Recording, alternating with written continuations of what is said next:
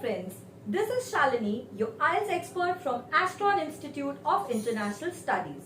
Well, today I am going to tell you about the international recognition of the IELTS exam.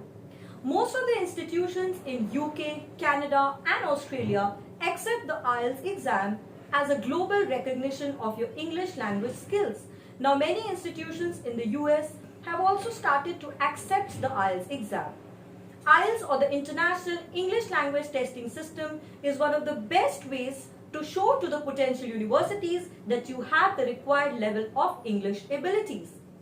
IELTS checks you on the 4 modules of listening, reading, writing and speaking. There are 2 distinct advantages of this exam. Firstly, it is recognized by all the top-notch universities in the world, and secondly, it is quite accessible and convenient for a student to go for the IELTS exam. So I would recommend all the Indian students who are aspiring to study abroad to start preparing for your IELTS exam. If you need any assistance with your IELTS preparation, please connect with us on this number. If you like this video, then please hit the like button and subscribe to our channel. Thank you for watching.